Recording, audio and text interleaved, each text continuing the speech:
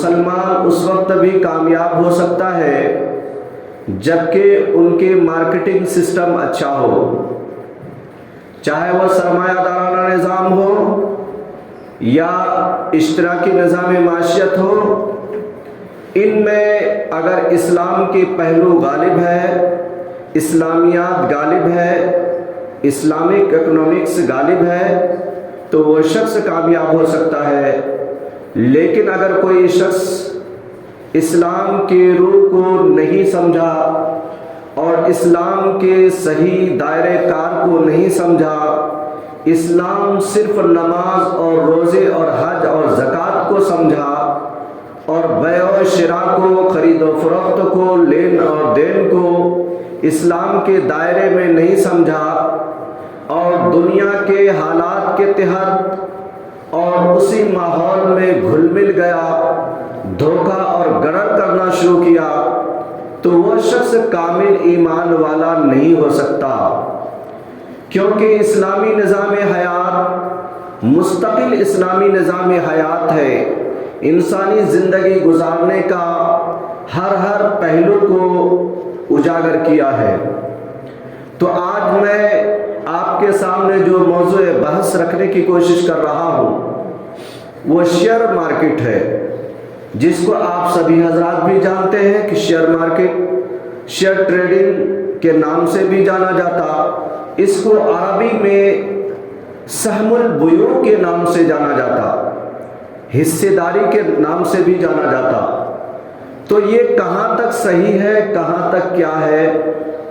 اور مفتیان کرام کہاں تک جا کر کے اس کے بارے میں کیا فیصلہ سناتے ہیں، تو اس بارے میں آپ کے سامنے یہی ٹاپک پہ آج میں بات کرنے کے لیے چلا ہوں کہ شیئر مارکیٹ کہاں تک اس کو آپ اپنے پیسے کو انویسٹمنٹ کر سکتے ہیں اور کہاں نہیں کر سکتے ہیں، ان کی کیا کیا شرائط ہے اور کیا رولز اینڈ ریگولیشنز ہے، اس پر آپ کہاں تک فوکس کر سکتے ہیں، کہاں تک نہیں کر سکتے۔ اور میں یہ چاہ رہا ہوں کہ یہ کوئی نئی چیز نہیں ہے، یہ بہت پرانی چیزیں ہیں۔ اللہ کے رسول کے زمانے میں بھی یہ چیز ہوا کرتے تھے، جب آپ نبوت کا اعلان نہیں کیے تھے، اس وقت کے مکہ کے سرداروں میں بھی یہی رواج تھا کہ اپنے تمام مال اور سونے اور چاندی اور جواہرات کو اکٹھا کیا جاتا اور ایک آدمی یا چند آدمی کا سپرد کر دیا جاتا، وہ سب کے سب ملک شام کی طرف رخ کرتے اور وہاں پر وہ بیع و شراء کیا کرتے تھے، خرید و فروخت کیا کرتے تھے، اور وہ اپنے مال کو ہمیشہ ایک دوسرے چیزوں میں انویسٹ کیا کرتے تھے۔ 3 مہینہ 4 مہینہ یہ دمشق کے بازار، جو ملک سیریا ہے ابھی، دمشق کا یہ بازار بہت پرانا بازار ہے، اللہ کے رسول کے زمانے سے پہلے کا ہے۔ تو اس بازار میں اللہ کے رسول خود جا کر کے خرید و فروخت کیے ہیں۔ آپ صلی اللہ علیہ وسلم 3 وقت آپ کا جانا ہے، بعض روایت میں معلوم ہو رہا ہے کہ آپ 2 وقت ملک شام گئے ہیں۔ تو اس طرح اللہ کے رسول بھی گئے ہیں اور مکہ والے اپنے تمام مال یا سونے کے شکل میں ہو یا چاندی کی شکل میں ہو یا روپے پیسے کے شکل میں ہو، اکٹھا کیا کرتے تھے، پھر ایک قافلے کا حوالہ کر دیا کرتے تھے کہ یہ قافلہ ملک شام جا رہا ہے، اس قافلے کا کام وہاں پر یہ ہے، خرید و فروخت کرے، پھر اس میں جو بھی منافع ہو آپس میں تمام مکے والے اس کو جو ہے یہاں پر ڈیوائیڈ کر لیں گے، منافع کے اندر جو راس المال ہے، جو مین کیپٹل ہے، اس کو برقرار رکھا جائے گا۔ تو یہ اللہ کے رسول کے زمانے میں بھی پہلے بھی تھا، اللہ کے رسول کے زمانے میں بھی تھا۔ خود آپ سنے ہیں کہ امی خدیجہ الکبریٰ رضی اللہ تعالیٰ عنہ، یہ مکہ کی سب سے زیادہ مالدار عورت ہے، آلریڈی ان کی شادی پہلے 2 ہو چکی ہے اور دونوں شوہر کا انتقال ہو چکا، لیکن پھر اللہ کے رسول جب مکہ کے سرزمین پر ابھی جو ہے نوجوان تھے، 22 سال کی عمر، 25 سال کی عمر ہے، تو اس صورت میں مکہ کی قافلہ جو ابو طالب کے حوالے سے کبھی جو ہے آپ کو مکہ جانا ہوا، مکہ سے ملک شام جانا ہوا، تو وہاں جا کر کے خرید و فروخت کرتے، تجارت کیا کرتے تھے۔ اسی لیے مکہ کے تمام سرمایہ دار لوگ جس کے ہاتھوں میں اکنامک پاور تھا،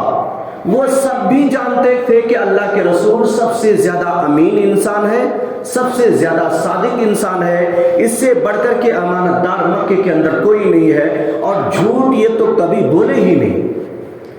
آپ کی بچپنا جو گزرا مکہ والوں کے سامنے گزرا، اور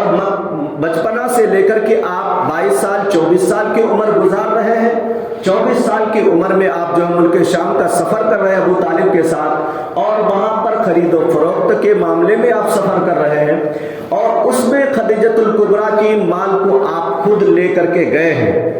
تو پتا چلا کہ مکے کے اندر یہ ٹریڈنگ مارکیٹ، شیئر مارکیٹ کا وجود اس زمانے میں بھی تھا۔ تو وہاں پر اللہ کے رسول حضرت امی خدیجۃ الکبریٰ کے مال کو بھی لے جاتے ہیں، اور ان اپنے غلام کو بھی ساتھ میں دیتے ہیں کہ جاؤ ان کے ہیلپ کیا کرو، مدد کیا کرو، کسی قسم کی کوئی بات ہو تو دیکھنا سننا۔ تو اللہ کے رسول کے ساتھ اور خدیجۃ الکبریٰ کے مال کو جب لے کے جاتے ہیں، مکہ کے سے لے کر کے ملک شام کا سفر کرتے ہیں، اور وہاں پر پورے مال کو آپ بیچتے ہیں، خریدتے ہیں، بالکل مال کو ریگولیٹ کیا جاتا ہے ایک دوسرے چیزوں میں، تو وہاں پر بہت زیادہ منافع آپ نے کمایا۔ منافع کمانے کے بعد میسرہ نے دیکھا کہ یہ آدمی بہت ہی زبردست ہے، ہمارے کھانے پینے کا لحاظ رکھا، سونے کا لحاظ رکھا، کبھی کسی قسم کی انہوں نے بات نہ کی، کبھی سخت سست انہوں نے نہیں کہا۔ پتا چلا ان کے اخلاقیات بھی بہت ہائی لیول کا ہے، ان کی تہذیب و ثقافت، ان کی اخلاقیات، ان کی کریکٹر بہت ہائی لیول کی ہے۔ تو اس غلام نے آ کر کے اللہ کے رسول نے جب اس مال کی جو انویسٹمنٹ حضرت خدیجۃ الکبریٰ رضی اللہ تعالیٰ عنہ نے کیے تھے، اس وقت اللہ کے رسول نے بہت زیادہ منافع کے ساتھ اس مال کو واپس کیے۔ تو اس وقت خدیجۃ الکبریٰ سمجھ گئی کہ واقعی یہ شخص بہت زیادہ امانت دار ہے، اور لوگ جو کہتے تھے کہ یہ امین ہے، صادق ہے، یقیناً آج جب معاملہ پڑا تو پتا چلا یقیناً یہ امین اور صادق ہے۔ میسرہ نے تمام رپورٹس آ کر کے کہا کہ مالکہ آپ کو کیا معلوم، یہ انہوں نے تو ہمارے سونے تک کا خیال رکھا، ہر چیز کھانے پینے کا خیال رکھا، کبھی انہوں نے سخت اور سست لب و لہجہ ہمارے ساتھ استعمال نہ کیا۔ جب یہ ساری چیز ان کے سامنے آئی، اس کے بعد آپ کے اخلاق اور کردار، کریکٹر امی خدیجہ الکبریٰ کے پاس آئے، تو آپ کو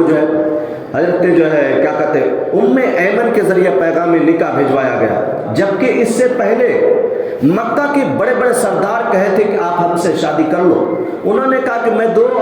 شوہر کو اس سے پہلے کھو چکی ہوں، اب میں شادی کرنا نہیں چاہتی۔ لیکن اس کے باوجود جب اللہ کے رسول کے تعلق سے بہترین توصیفی کلمات، تعریف اور یہ ساری چیز ان کے پاس پہنچی، تو انہوں نے کہا کہ ٹھیک ہے،